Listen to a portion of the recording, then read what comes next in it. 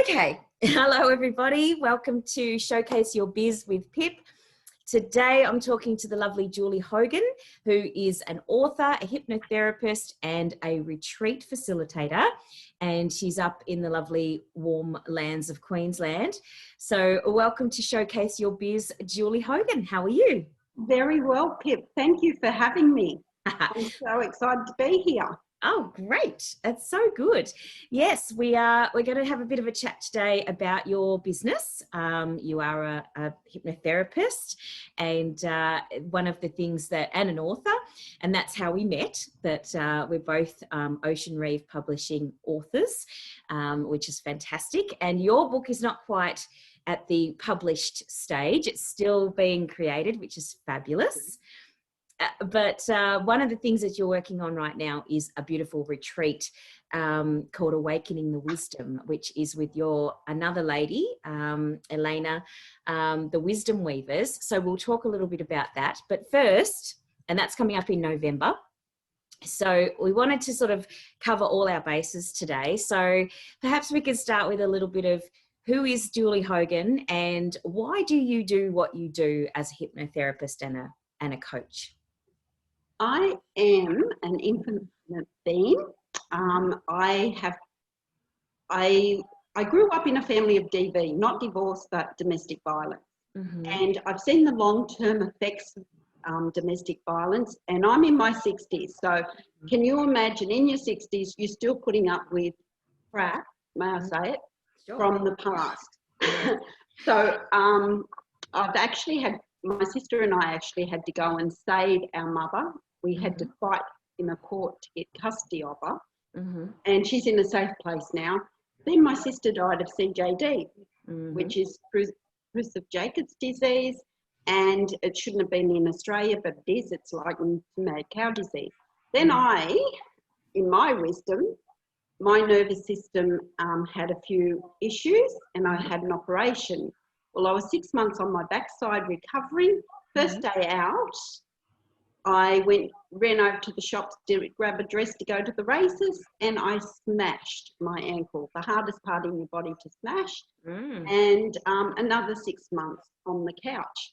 So in that time, I thought, I can't only heal my body, I had an epiphany, we must heal our soul, and we must heal our body and mind together. Otherwise, something's out of kilter and we're not in balance.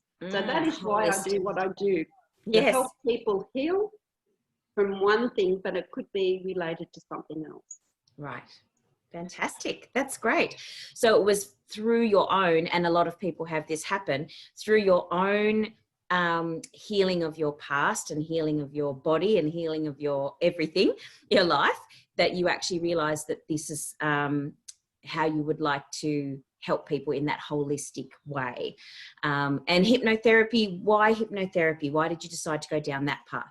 Hypnotherapy it's just like meditation.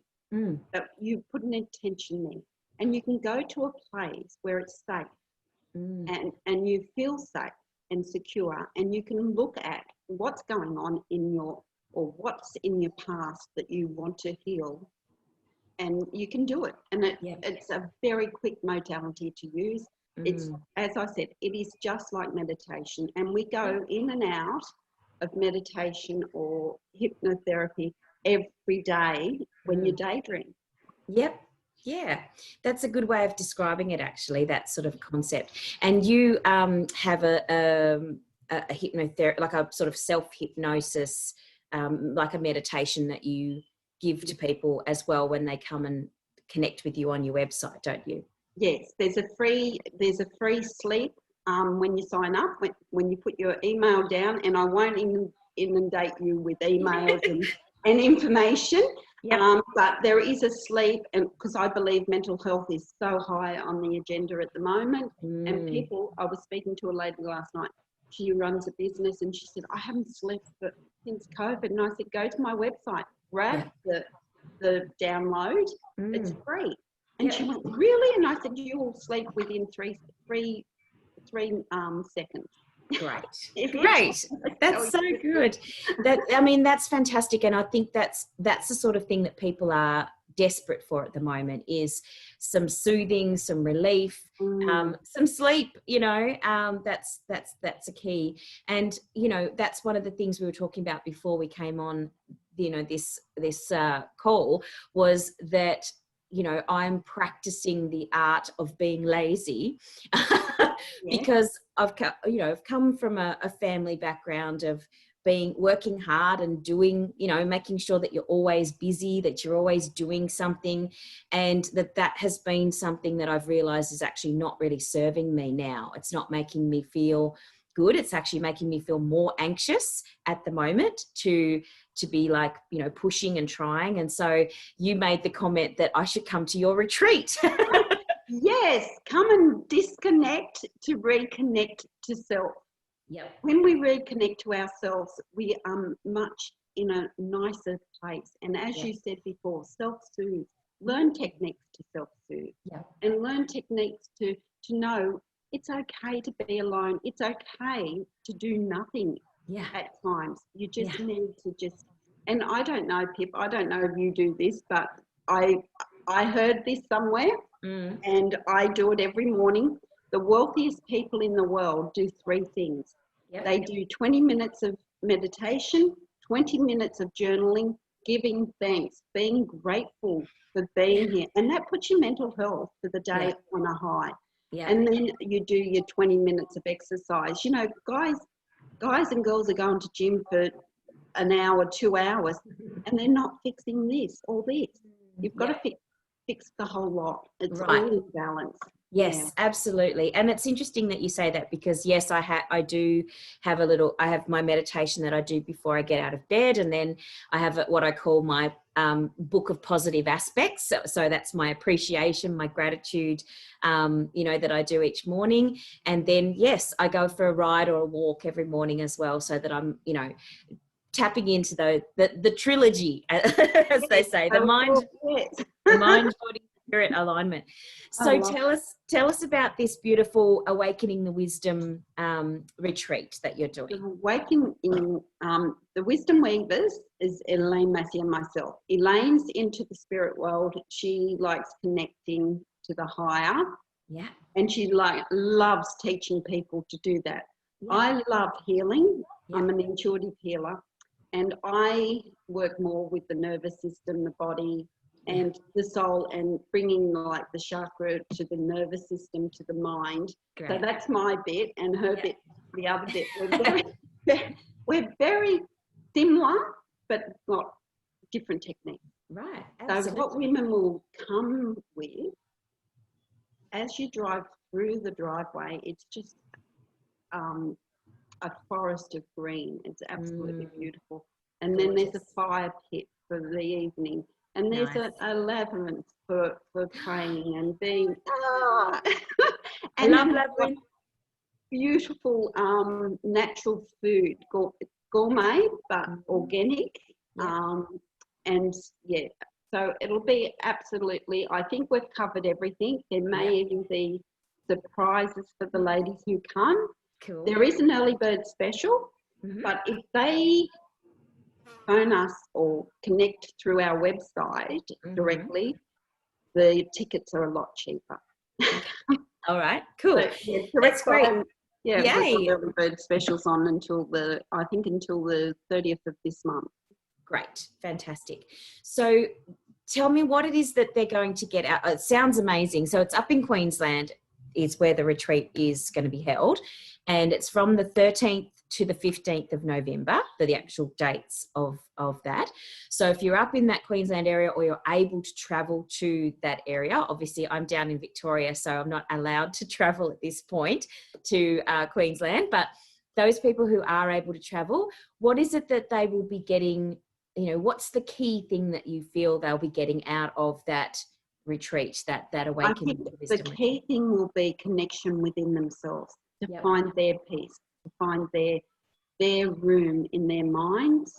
Yeah. And if they've got any issues, we're going to take them aside one-on-one, and we'll do one-on-one work with them. It will be, and it's about women supporting each other, because as a collaboration, it forms an energy which is empowering to each one of them. Yeah. And hopefully they will go away to their families and pass on some exercises that they can work with. Great, that's great. So you'll be giving them some tools, and as well as the actual time out that you get from being at the retreat, there's some tools they can take away from that as well. So that's fantastic. It sounds lovely, and as I say, that would be great. I think a lot of people are feeling at the moment that they need a break, that they need a time out from the world at the moment. Yes. From the busyness, the noisiness, and there will be no telephones, no internet. Yep. I know that could turn a lot of people off, but you're going to disconnect. You're going to be 100% committed to yourself to find yourself again, instead of racing around for kids or cooking for this one, or, I have to do this, that. And that noisiness of technology is affecting everyone. Yeah, absolutely. And it's so key, isn't it, to have that. We were just talking about that as well before we got on the call, that you switch off your phone completely once, at least for one day a week. And I'm working towards that plan. I am certainly switching off in terms of not looking at emails, not looking at social media for 1 to 2 days a week, at least. But turning off the phone completely, I haven't quite got to that yet. But I like that as an intention. I really, really do. Because I remember I was talking to someone the other day about that whole concept of how once upon a time when you worked, you had your work at work and then you went home and there was no mobile phones. You couldn't contact people after work. They had to wait until you got back to work before they could contact you. And now there's sort of an assumption that because you have the mobile phone that you will be available 24 hours a day. And that's really impinging on everybody's time. Our time out is no longer time out. And I think people are working from home now and they've got their office space, but they need to have a sign closed and opened. They need to put that sign up, and they need to have a mat so they wipe their feet when they go into the rest of the home, so they're leaving their space behind them. Because you're so right, Pip, like there's so many people just on call 24/7, and why? Unless it's an emergency, at which you'd find out anyway. Yes, exactly. If it's an emergency, then fair enough, absolutely. But it's not, I think that's why the mobile phones, people like to keep the mobile phone, at least, even if it's on silent, so that you can sort of go, is it, But if it's an emergency, someone will contact you some way, even with your phone off. Yes. This is the thing, isn't it? It's thinking that we need to be connected in that way. That's the thing that's really kind of stopping people from, disconnecting and having that time out and having that downtime, that looking after themselves time, the self-care, Exactly. So that's with family. Like the kids have got phones now. No, put them away for a day at the weekend and have a family day and see what it's like to go for a picnic if you're allowed out. Play games, connect to one another, feel each other and ask questions. How are you feeling today? And see if you can feel their energy. Yep. That's so cool. I think that's great. And it sounds to me like this retreat is a really good opportunity for people to actually do that for themselves to start with, obviously. And is it all women, only women? Yes, it's only women only. I did have a doctor who wanted to come. He was 85, and he goes, "Oh, I'd love to come." And I said, "Sorry, we're taking women only." He said, "I can always dress up like a transvestite." Which I thought was brilliant. He was willing to tap into that. I love that. I think that's so fantastic, like that he was willing to do that. I mean, obviously there's opportunities where it sounds like you've got opportunities where you could in the future do something where there's both males and females, and that's lovely to have the energy of both males and females. But sometimes we need just the feminine energy for certain types of healing to happen. It's like women's business, you know, and exactly, and it is like women's business. The weavers, that's how we come together, and we've got over. This is really, we've got over 120 years experience between the two of us. 120 years.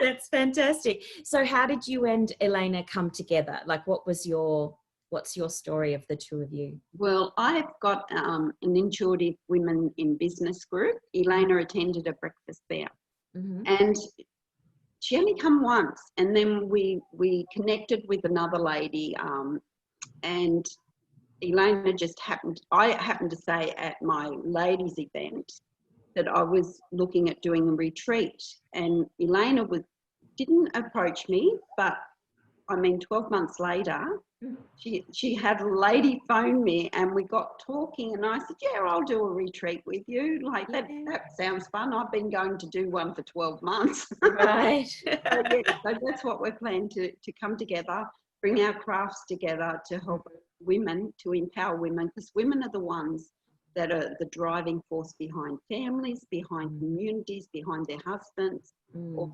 whatever, or behind their wives if they're that way inclined. But women are the force, right, behind the world. I think it's when they self-soothe, the whole world will self-soothe. That's beautiful. I like that concept of the self-soothing. I think that's one of the things that really resonates with me, obviously. And don't you find that when you're working on certain things like the self-soothing, or like me practicing being lazy, that you attract other people who are on that same path, you know, that are seeking the same sort of self-soothing, or who are looking to do less and be more, you know. Yes. And I think that's really interesting. And I find that I remember when I was doing my angel intuitive training, and the teacher said, you will always find that when you're doing a reading for somebody or a coaching session or whatever, that they will have the same issue that you have as coming up. Yes. And it's like you've attracted each other like magnets. And so when you do the reading, it's not just for them, it's for you as well. Or when you do the coaching, it's the same. Well, I love energy work. You know, that's a passion of mine. Yeah. David Hawkins' theory, power versus force. And, you know, our thoughts are energy. So what we attract is whatever we're thinking, whatever we're speaking is what we're getting in life. So what we're giving out, if we're giving out, you know, gloom and doom, we get gloom and doom in our universe. But when we give out love and healing, it has a flow-on effect. Yeah, exactly. That's so true. That's so true. And it's fabulous. And it's great because it's coming from that experience. I love that you've come through, you know, lots and lots of stuff has happened in your life, you know, issues, trauma, as, you know, lots of people have had, you know, in their lives. That's what human beings are. They have, we're here to experience. If we take them as gifts, they're gifts to help other people. Don't hold them on for yourself, because that'll only suck you down and make you depressed. But if you find empowerment in them somewhere, like writing a book, like you've written your book, writing a book, or putting that gift to helping someone else, I think that uplifts all the crap that you've gone through. Sorry for swearing, but no, that's okay. Look, it's I think that's the authenticity that comes through when you're sharing your story, you know, that that feeling of, you know, what is the lesson, you know, that question of what is the lesson that I'm learning right now, or what is the lesson that I've could have learned or could learn from that experience that I had in my past. And I think writing it down in a book is an interesting, you know, that's what you're, you know, as well as the retreat and the programs that you offer, you know, the the book that you are putting together is bringing that whole concept of looking, what is the lesson that I can, you know, distill out of out of this. So because I believe I've had to we were told to walk away from my family, my paternal family. And my sister and I did walk away. And, you know, I sent them love and forgiveness. I did a lot of Ho'oponopono work, which is a beautiful Hawaiian blessing. I did that for, I'd say 3 months, just to cleanse and heal. But it's okay to walk away from things that are not serving you. Yeah. And I'm proof of that. You know? Absolutely. Yeah, I think sometimes I was reading a blog from Cheryl Richardson the other day, and she said it was called "Do We Need to Say Goodbye?"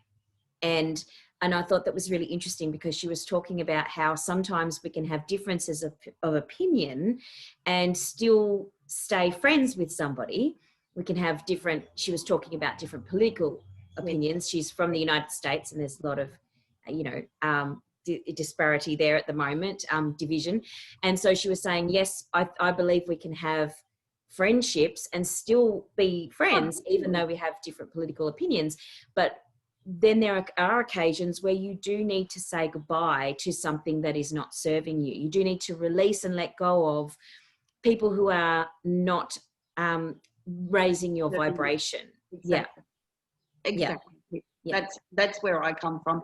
Like, I think if something's not serving you, and it is a low vibration, and you want to give out love, and someone else wants to give out fear, that's okay. That's their choice. Don't judge them. Just allow them to have their space. Yep. Yeah. And I think that's really, you know, that whole concept of us walking our own paths and being responsible for our own way that we're going. It means if we're responsible for our own way, I remember having an epiphany once that if I'm responsible for my own way, and my mum's responsible for hers, and my dad's responsible for hers, and my brothers and sisters are responsible for theirs, then I don't have to worry about them anymore. I don't have to feel like I need to do anything. I don't need to fix anything, you know. And yet I had felt that I needed to be responsible for everybody's happiness, but that's not my job. And it's really making that familiar, being stuck in the familiar and stepping out to the unfamiliar, and you just keep stepping and stepping, and you never know what's opening up. The world opens up to you, and there's a flow then. Yeah, absolutely. Yeah. So your book is obviously coming out soon, but it's not quite ready yet. And you've decided that you're going to write about personal experiences of your growing up and what's been happening with your family, and the fact that you did decide to walk away from certain people. And you haven't done it as a straight memoir though. And you made that decision quite consciously, and I understand that, because I changed the names of the people in my book as well, even though it's a memoir of my journey. What I know it's called Flying Out of the Cuckoo's Nest. Yes, and I don't know which cuckoo's nest, if it was the mental hospital mum was in for 3 months with Rosin and I sitting next to her, or was it the family? Right. I'm going to let the readers. Going to let the readers make up their own mind on that one. And you decided that you were going to, is it written as a fiction? Is that what you've decided to do, to write it as a fiction, or it's written as a memoir now, autobiography? It's written as a non-fiction. Okay. But with fictional names, fictional places. Yep. Only to protect myself. And you know, let's face it, sometimes we have to protect ourselves and our own families, especially when they've been threatened, that they'd go missing, which is it's always at the back of your mind, but you can't live with it. You can't think of it every day that it's there. So you've got to rise above those words. So it's about long-term effects of family violence. And it affects the children. You know, the statistics are saying 1 in every 4 women are abused, 1 in every 20 men, 1 in 7 children. But I believe the 1 in 7 children isn't correct, because if there's 1 in 4 women getting abused and they're in a family home, well, all those kids Yeah. watching and hearing it. Yeah. Absolutely. You can't help but be affected by that if your mother is in that circumstance. So that makes perfect sense that, yeah, that statistic sounds like it's only the ones that are reported, Yeah. Yeah. So, so that the idea of the book obviously was to sort of help you to do some healing as well. I found that I did was a bit of closure for me to write my own memoir, or at least the mini memoir that it was. So did you find that, what did you find came out of writing the book as compared to just the healing that you'd already done? Just stories. The stories and the memories. Like, we had some funny memories as well as, harsh. Of course, yeah. And I just feel that, what do I feel? I just feel the story needs to be told, but now I'm putting a toolbox in the bottom of each chapter to help others. Great. So I just think it needs to be a learning book as well as a fantastic story. Yeah, and that was, I think that's the thing, when you start to write and you do it and you have an idea in your head, and then as you write it, it evolves into something even better, as you write it. And people say that they throw out, their first copy because it was almost like the beginning of the idea, but it became so much better after you added those. Yeah, the editing team's doing a fabulous job. I question some of what they want me to add. Sure. They're professionals. I'm not. I'm quite illiterate, actually, because my father made us leave school when we were 14. So, and I just feel that the people need to hear the story. Yep. Even that in itself is amazing and inspiring, that people think that just because you can't write, or you don't think you can write, or you don't write well, whatever it is, there's always a way that this can be done. You could speak your story into a microphone and record it, and then somebody else could type it out for you. You don't have to be a professional writer to get your story out there in the world. And I think that's amazing, and it's so wonderful. And I really want to honor you as a fellow author. I know how hard it is to put your story down, and the fears that come up, the things that come up about what's everybody going to think when they read this story. Yeah, mine was more fear of what what will happen after the story's released. Because there will be repercussion, I think. Well, I mean, obviously, if you're writing about somebody and they're reading it, then there's going to be potential reaction from that. It's a bit hard for not to. But I think that the reason why you kept going is similar to me, is that there was no way that you could stop once you started. It was it's like you can't unknow this information now. It's a need to share it. It's not like you're going, maybe it's only one part of your life. It's like a grain of sand. Sure. It's only one part of your life, because there's many facets to all of our lives and our stories. But I laugh because I'm often asked, how do you know this? How can you back this up? And I found some legal paperwork, which I thought, thank you. The angels are looking after me, so I might even put that in the book. Yeah, absolutely. I think anything that helps to kind of flesh out that story is amazing, and that's what I mean. Sometimes we think that the delays that happen in our writing of our book are frustrating, and we wanted it to be out sooner, and it blah blah blah. We have in our head what our plan is, but all of these things happen for a reason, so that you could find that document, so that you could add those extra tools at the end of each chapter. I think that's fantastic. And, my book wouldn't be the way that it is now if I hadn't had a 6-month break.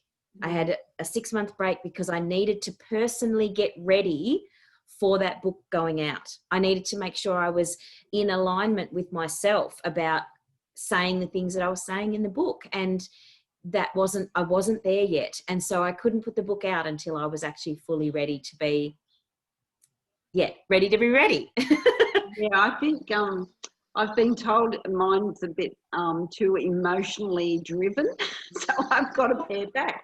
But I thought, you know what, people really have to understand how emotionally driven it was at the time. Right. And that's it. You know, that's your authentic. That's how you felt. That's the authentic story. You know, so yeah, and that's the bonus of doing that independent publishing rather than going through a traditional publisher, is that you can pretty much, as long as you hold steady on what it is that you want to achieve at the end, and that is to help people who are going through the same experience or similar experience to you, in terms of domestic violence or any sort of issue in that trauma, you know, that they can actually get something out of that. You know, you have you have that in the back of your mind always. So well, it's been lovely chatting to you. Oh, I look forward to chatting again. Yes, we definitely will. So just to reiterate for everybody, Julie Hogan is running a retreat with Elena Massey on the 13th to the 15th of November up in Queensland. Where exactly is it being held? Number Valley, up at Natural Bridge. So it's only 30 minutes from the Gold Coast.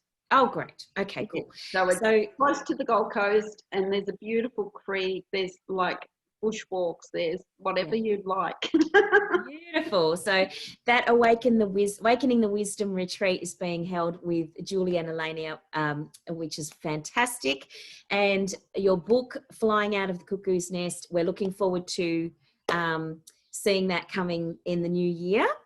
Which will be fantastic. And if you want to get in touch with Julie about her hypnotherapy or her programs that she offers, feel free to go to juliehogan.com.au, to her website, and you can subscribe to her mailing list and get updates. And obviously to get the free meditation. Yes. The sleep meditation, perfect. So that is available to you as well. We look forward to seeing you again soon. We'll talk more about the retreat on another little chat, but it's been lovely to have you, and thanks so much, Julie. Yay. And I look forward thank you so much, and I look forward to meeting you in person soon as well. That'd be lovely. I can't wait. I'm sure we'll be chatting for hours. We will. I think we have a day. All right. Thanks, everybody. I will see you next time. This is Pip Coleman. And if you would like to have your business showcased on this platform, please feel free to get in touch with me at Pip Coleman, author coach, or you can email me at pipcoleman@yahoo.com.au. We'll see you soon. Bye for now. Bye.